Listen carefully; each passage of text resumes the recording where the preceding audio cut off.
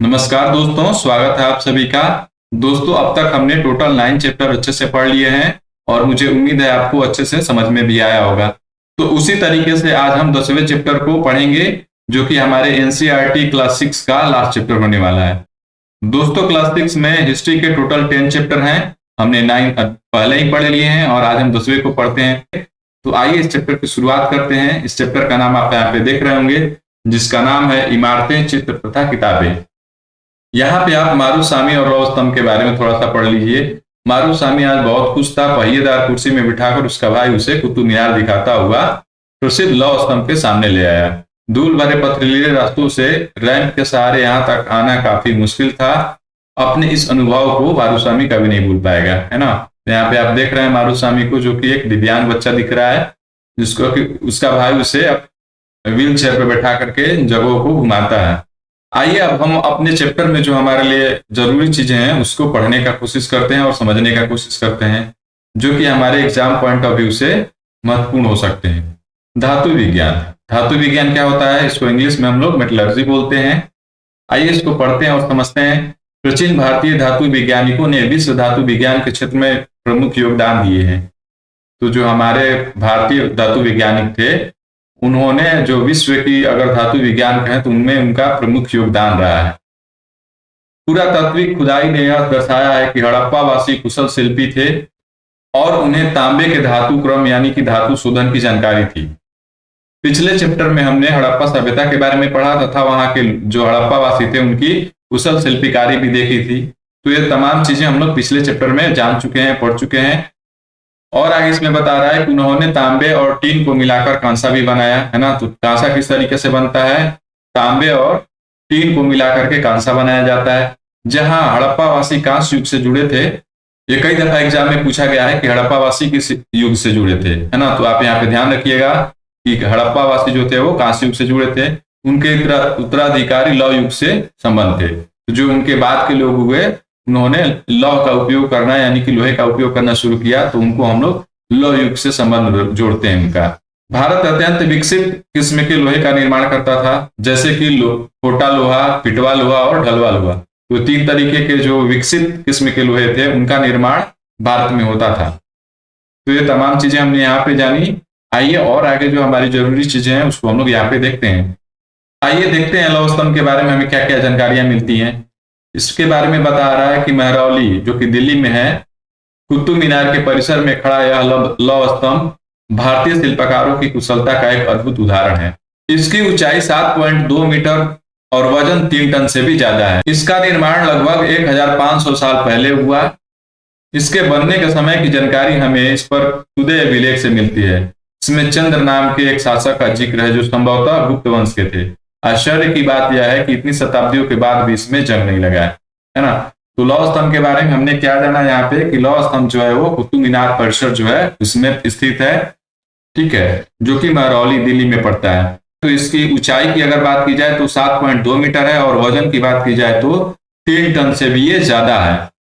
इसका निर्माण लगभग 1500 साल पहले हुआ था, है ना। और इस पे हमें कुछ अभिलेख मिले हैं जिससे कि हमें पता चलता है कि इसको किसने बनवाया होगा। तो यहाँ पे हमें चंद्र नाम के शासक का जिक्र मिलता है। दोस्तों, सबसे आश्चर्य की बात यह है कि इतनी शताब्दियों के बाद अब तक इसमें जंग नहीं लगा है ना। तो ये सारी जानकारी हमें यहाँ पे मिला। आइए और आगे देखते हैं।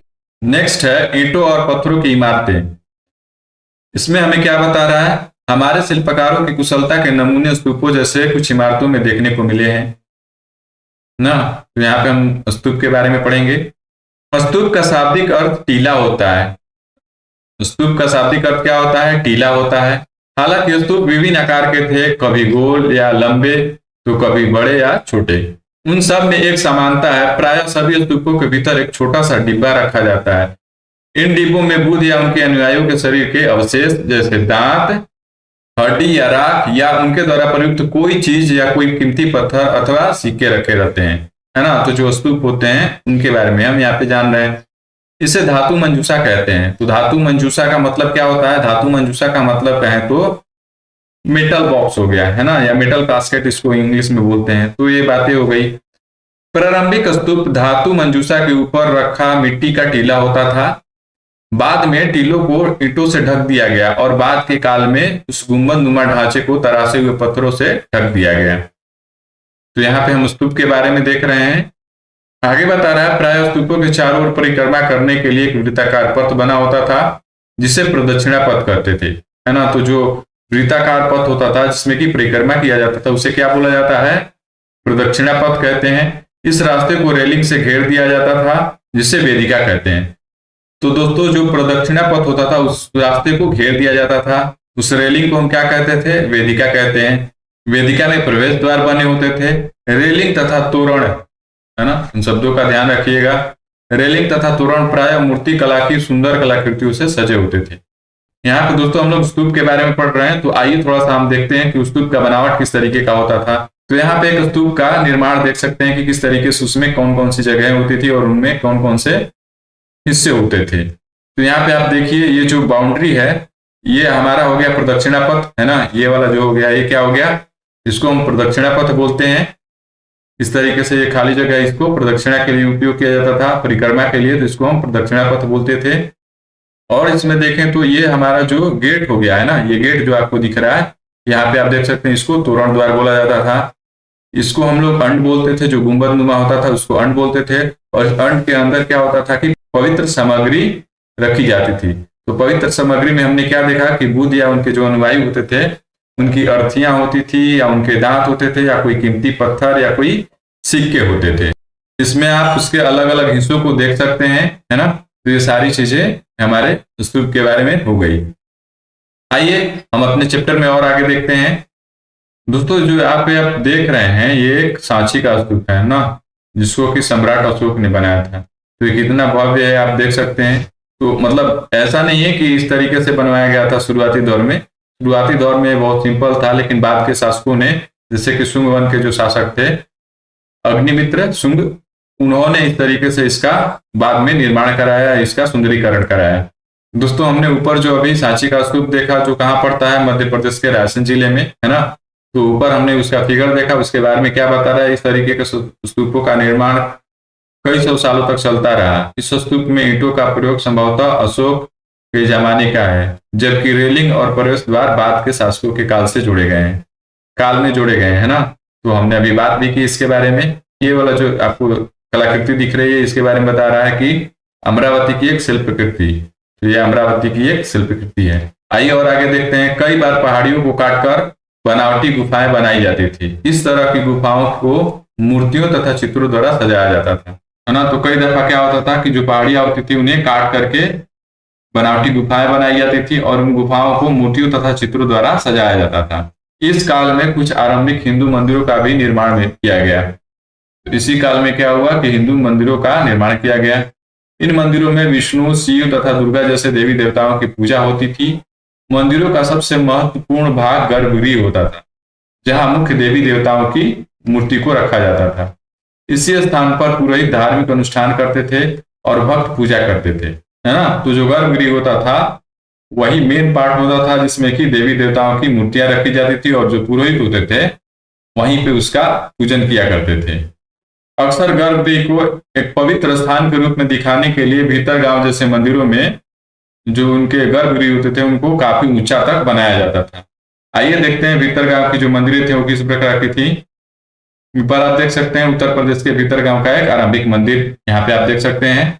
दूसरे में कह रहा है कि यह लगभग 1500-1500 साल पहले पक्की ईंट तथा पत्थरों से बनाया गया था, है ना। तो यहाँ पे हम लोग देख रहे हैं ये वाला महाबलीपुरम का है, इसको भी आप देख लीजिए यहाँ पे किस तरीके के यहाँ पे मंदिर थे। तो दोस्तों इसके बारे में और हम पढ़ते हैं। जो गर्भगृह के ऊपर काफी ऊंचाई तक निर्माण होता था उसको शिखर कहते थे, है ना।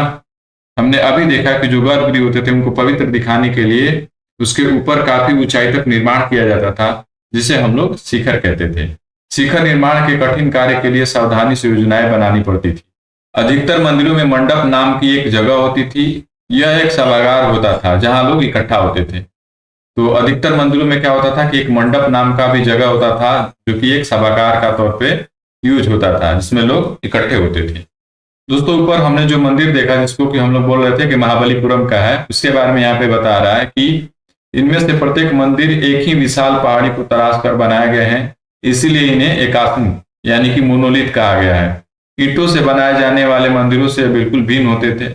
ईंट से बनी इमारतों में नीचे से ईंट की एक एक तह को जोड़ते हुए ऊपर की ओर लाते हैं, जबकि चट्टान तराश कर बनाए जाने वाले मंदिरों को पत्थर काटने वाले ऊपर से नीचे के क्रम में बनाते हैं, है ना। तो ऊपर हमने देखा था महाबलीपुरम का मंदिर जो किस तरीके से बनाया गया था। तो इसकी खासियत क्या थी कि ये एक पहाड़ी को काट करके बनाया गया था। दोस्तों, हमें महाबलीपुरम और ऐहोल देखना है और इसके बारे में जानना है। वहां भी हमें बहुत सारी मंदिरें मिलती हैं। ये फिगर देखिए, ये फिगर है ऐहोल का दुर्गा मंदिर, है ना, जो कि 1400 साल पहले बनाया गया था। तो ये दुर्गा मंदिर है, किस तरीके से बनाया गया है पत्थर को काट करके। दोस्तों, अभी ऊपर हमने स्तूप और मंदिर के बारे में पढ़ा। हमने देखा कि जो स्तूप होते थे वो किस तरीके से शुरुआती दौर में ईंटों के बनाए जाते थे, बाद में उनके चारों तरफ रेलिंग लगाए गए और जो उनपे कलाकृतियां की गई। उसी प्रकार हमने मंदिरों के बारे में भी देखा, जैसे कि भीतर गांव के मंदिर जो थे वो ईंटों से बनाए जाते थे, और वहीं कहें तो महाबलीपुरम के जो मंदिर थे वो पत्थरों को काटकर या तराश कर बनाए जाते थे। तो ये मंदिर किस तरीके से बनाए जाते थे और स्तूप किस तरीके से बनाए जाते थे, उनके बारे में हम लोग थोड़ा सा यहाँ पे पढ़ते हैं और उसको समझते हैं। स्तूपों तथा मंदिरों को बनाने की प्रक्रिया में कई अवस्थाएं थी। इसके लिए काफी धन खर्च होता था, इसलिए आमतौर पर राजा या रानी ही इन्हें बनवाने का निश्चय करते थे। पहला काम अच्छे किस्म के पत्थर ढूंढकर शिलाखंडों को खोद कर निकालना होता था, है ना। पहला काम उसमें क्या होता था कि अच्छे किस्म के पत्थर ढूंढकर शिलाखंडों को खोद कर निकालना, फिर मंदिर या स्तूप के लिए सोच विचार कर तय किए गए स्थान पर शिलाखंडों को पहुंचाना होता था। यहाँ पत्थरों को काट छाट कर तराशने के बाद खंभों, दीवारों की चौखटों, फर्शों तथा छतों को आकार दिया जाता था। इन सबके तैयार हो जाने पर सही जगहों पर इन्हें लगाना काफी मुश्किल काम था, है ना। तो देखा हमने कि मंदिर और स्तूपों को बनवाने में काफी धन की आवश्यकता होती थी, इसलिए ऐसे जो कार्य होते थे कि स्तूप और मंदिर बनवाने का, इस तरह के कार्यों का निश्चय राजा करते थे। यहाँ पे आप मठ देख रहे हैं जो कि उड़ीसा में है और ये जैन मठ है। तो यहाँ पे उसके बारे में क्या बता रहा है कि उड़ीसा का जैन मठ एक पहाड़ी को खोद कर इस प्रकार 2 मंजिला इमारतों को बनाया गया है। कमरों के प्रवेश द्वारों को ध्यान से देखो, इनमें जैन भिक्षु रहते और ध्यान करते थे, है ना। यहाँ पे देख सकते हैं कि किस तरीके से पहाड़ को काट करके ये मठ बनाया गया है जो कि एक जैन मठ था। इसके बारे में और क्या बता रहा है, इस तरह के शानदार ढांचों का निर्माण करने वाले शिल्पकारों का सारा खर्च संभवतः राजा रानी ही देते थे। इसके अतिरिक्त इन स्तूपों या मंदिरों में आने वाले भक्त जो उपहार अपने साथ लाते थे, उनसे इमारत की सजावट की जाती थी। जैसे हाथी दांत का काम करने वाले श्रमिकों के संघ ने सांची के एक अलंकृत प्रवेश द्वार, जिसको कि तोरण कहते हैं, बनाने का खर्च दिया था। और आगे इनके बारे में बता रहा है, इनकी सजावट के लिए पैसे देने वालों में व्यापारी, कृषक, माला बनाने वाले, इत्र बनाने वाले, लोहार, सुनार तथा ऐसे कई स्त्री पुरुष शामिल थे जिनके नाम खंभों, रेलिंगों तथा दीवारों पर खुदे हैं, है ना। इसीलिए जब तुम इन स्थानों को देखने जाओ तो याद रखना कि कितने सारे लोगों ने इसे बनाने या सजाने में अपना योगदान दिया था। तो हमने देखा ऊपर मंदिरों के निर्माण के बारे में और स्तूपों के निर्माण के बारे में। आइए हम थोड़ा चित्रकला के बारे में बात करते हैं। दोस्तों, अजंता के बारे में बता रहा है कि यह वह जगह है जहाँ के पहाड़ों में सैकड़ों सालों के दौरान कई गुफाएं खोदी गई। इनमें से ज्यादातर बौद्ध भिक्षुओं के लिए बनाए गए विहार थे, है ना। तो ज्यादातर जो क्या थे वो बौद्ध भिक्षुओं के लिए बनाए गए विहार थे। विहार के बारे में हमने पिछले चैप्टर में अच्छे से पढ़ा है। इनमें से कुछ को चित्रों द्वारा सजाया गया था। यहाँ उनके कुछ उदाहरण दिए गए हैं। गुफाओं के अंदर अंधेरा होने की वजह से अधिकांश चित्र मसालों की रोशनी से बनाए गए थे। इन चित्रों के रंग 1500 साल बाद भी चमकदार हैं। ये रंग पौधे तथा खनिजों से बनाए गए थे। इन महान कृतियों को बनाने वाले कलाकार अज्ञात हैं, है ना। तो यहाँ पे आप देखिए अजंता का चित्र, यहाँ पे आप देख सकते हैं। ये देखिए, ये अजंता का चित्रकला है ना। किस तरीके से बुद्ध को दिखाया गया है यहाँ पे। दोस्तों, नेक्स्ट है हमारा पुस्तकों की दुनिया। इस युग में कई प्रसिद्ध महाकाव्यों की रचना की गई। इन उत्कृष्ट रचनाओं में स्त्री पुरुषों की वीर गाथाएं तथा देवताओं से जुड़ी कथाएं हैं।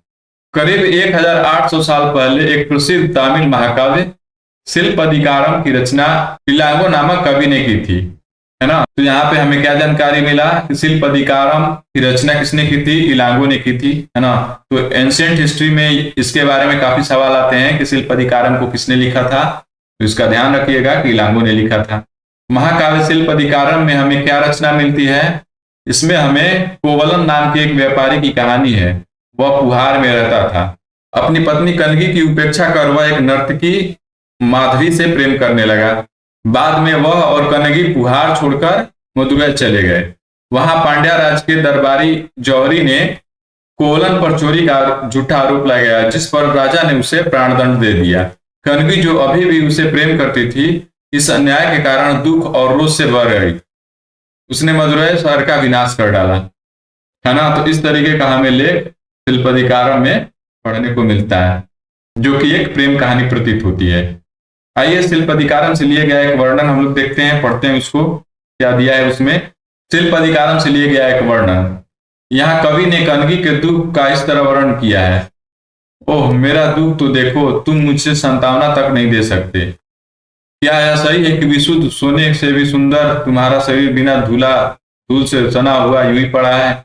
यह कहाँ का न्याय है कि गोधूली की स्वर्णिम आभा में फूल माला से ढके हुए सुंदर वक्ष स्थल वाले तुम जमीन पर गिरे पड़े हो। मैं अकेली असहाय हताश होकर खड़ी हूं। क्या ईश्वर नहीं है? क्या इस देश में ईश्वर नहीं है? पर क्या उस स्थान पर ईश्वर रह सकते हैं जहां के राजा की तलवार निर्दोष नवागंतुकों के प्राण लेती है? क्या ईश्वर नहीं है? नहीं है ना। तो ये हमें वर्णन पढ़ने को मिलता है शिल्पधिकारम में। दोस्तों एक और तमिल महाकाव्य हमें यहाँ पे पढ़ने को मिल रहा है, मणिमेखलई, है ना। एक हमने शिल्पधिकारम के बारे में पढ़ा और दूसरा हमें मणिमेखलई के बारे में पढ़ना है कि मणिमेखलई को करीब 1400 साल पहले सतनार द्वारा लिखा गया था, है ना। तो मणिमेखलई किसने लिखा था? सतनार ने। तो इसको भी आप ध्यान रखिएगा। ये जो एंशिएंट हिस्ट्री की जो महाकाव्य हैं, इनके बारे में बहुत सारे सवाल आते हैं, तो इनको आप जरूर ध्यान रखिएगा। इसमें कोवलन तथा माधवी की बेटी की कहानी है। ये रचनाएं कई सदियों पहले ही खो गई थी। इनकी पांडुलिपियां दोबारा लगभग 100 साल पहले मिली, है ना। तो मणिमेखलई में भी कोवलन तथा माधवी की बेटी की कहानी पढ़ने को हमें मिलता है। अन्य लेखक जैसे कालिदास संस्कृत में लिखते थे। दोस्तों पुस्तकों की दुनिया में अब तक हमने 2 प्राचीनतम तमिल महाकाव्य पढ़े, है ना। एक था हमारा शिल्पधिकारम, जिसको कि इलांगो ने लिखा था, और दूसरा था मणिमेखलई, जिसको कि सतनार ने लिखा था, है ना। तो ये 2 तमिल महाकाव्य थे जिनके बारे में हमने पढ़ लिया अच्छे से। इनके बारे में हमने देखा कि इसमें कोवलन की कहानी दी हुई है, प्रेम कहानी दी हुई है। आइए और अन्य लेखक तथा रचनाओं के बारे में हम लोग पढ़ते हैं तथा और इस पुस्तक में क्या क्या दिया हुआ है उसको समझते हैं। नेक्स्ट है दोस्तों पुरानी कहानियों का संकलन तथा संरक्षण, है ना। तो हम लोग इसमें देखेंगे कि पुरानी जो कहानियां थी उनका किस तरीके से संकलन किया गया था और किस तरीके से संरक्षण किया गया था। हिंदू धर्म से जुड़ी कई कहानियां जो बहुत पहले प्रचलित थी, इसी काल में लिखी गई। इनमें पुराण भी शामिल है। पुराण का शाब्दिक अर्थ प्राचीन होता है ना। तो पुराण जैसे प्राचीनतम जो रचनाएं हैं वो भी इसी काल में रची गई थी, जिस काल में कि हमने अभी तमिल महाकाव्यों के बारे में देखा। पुराण का शाब्दिक अर्थ होता है प्राचीन। तो आइए पुराण के बारे में देखते हैं। पुराणों में विष्णु, शिव, दुर्गा तथा पार्वती जैसे देवी देवताओं से जुड़ी कहानियां हैं, है ना। दोस्तों यहाँ पे हमें मेघदूत के बारे में पढ़ना है ना। तो मेघदूत की अगर बात की जाए तो ये कालिदास की एक प्रसिद्ध रचना है। अभी हमने ऊपर देखा है कि जो कालिदास की रचनाएं थी वो संस्कृत में थी। तो उसमें से एक प्रसिद्ध जो रचना है मेघदूत, उसी का एक श्लोक यहाँ पे दिया हुआ है और उसको हम लोग यहाँ पे पढ़ते हैं। क्या बता रहा है यहाँ? उनकी सबसे प्रसिद्ध रचना मेघदूत से एक अंश दिया गया है। यहाँ एक विरही प्रेमी बरसात के बादल को अपने संदेश वाहक बनाने का कल्पना करता है। देखो इसमें किस तरह कवि ने बादलों को उत्तर की ओर ले जाती ठंडी हवा का वर्णन किया है। तुम्हारे बौछारों से मुलायम हो उठी मिट्टी की भीनी खुशबू से भरे हाथियों की सांस में बसी जंगली गुलर को पकाने वाली शीतल बयार तुम्हारे साथ धीरे धीरे बहेगी, है ना। तो मेघदूत का एक अंश पढ़ा हमने यहाँ पे। आइए और आगे पढ़ते हैं अपने चैप्टर में। हम लोग पुराण के बारे में पढ़ रहे थे, तो हमने देखा कि किन किन देवी देवताओं के वर्णन पुराणों में है। आगे बता रहा है इनमें इन देवी देवताओं की पूजा की विधियां दी गई हैं। इसके अतिरिक्त इनमें संसार की सृष्टि तथा राजाओं के बारे में भी कहानियां हैं, है ना। तो यहाँ पे बात पुराणों की हो रही है। और देखिए क्या दिया हुआ है पुराणों के बारे में। अधिकतर पुराण सरल संस्कृत श्लोक में लिखे गए हैं, जिससे सब उन्हें सुन और समझ सके। पुराणों का पाठ पुजारी मंदिरों में किया करते थे, जिसे लोग सुनने आते थे। 2 संस्कृत महाकाव्य महाभारत और रामायण लंबे अरसे से लोकप्रिय रहे हैं। तुममें से भी कुछ बच्चे इन कहानियों के बारे में परिचित होंगे, है ना। तो रामायण और महाभारत के बारे में आपने तो सुना भी होगा। महाभारत कौरवों और पांडवों के बीच युद्ध की कहानी है। इस युद्ध का उद्देश्य कुरुवंश की राजधानी हस्तिनापुर की गद्दी प्राप्त करना था। यह कहानी तो बहुत ही पुरानी है, पर आज इसे हम जिस रूप में जानते हैं वह करीब 1500 साल पहले लिखी गई। माना जाता है कि पुराणों और महाभारत दोनों को ही व्यास नाम के ऋषि ने संकलित किया था। तो क्या माना जाता है कि पुराण और महाभारत इनको व्यास ऋषि ने संकलित किया था। महाभारत में भागवत गीता भी है, तो महाभारत में हमें भागवत गीता भी मिलता है, जिसमें कि भगवान श्री कृष्ण अर्जुन को उपदेश दे रहे हैं। बात महाभारत की हो गई। अगर हम रामायण की बात करें तो रामायण की कथा कौशल के राजकुमार राम के बारे में है। उनके पिता ने उन्हें वनवास दे दिया था। वन में उनकी पत्नी सीता का लंका के राजा रावण ने अपहरण कर लिया था। सीता को वापस पाने के लिए राम को लड़ाई लड़नी पड़ी। वे विजय होकर कौशल की राजधानी अयोध्या लौटे।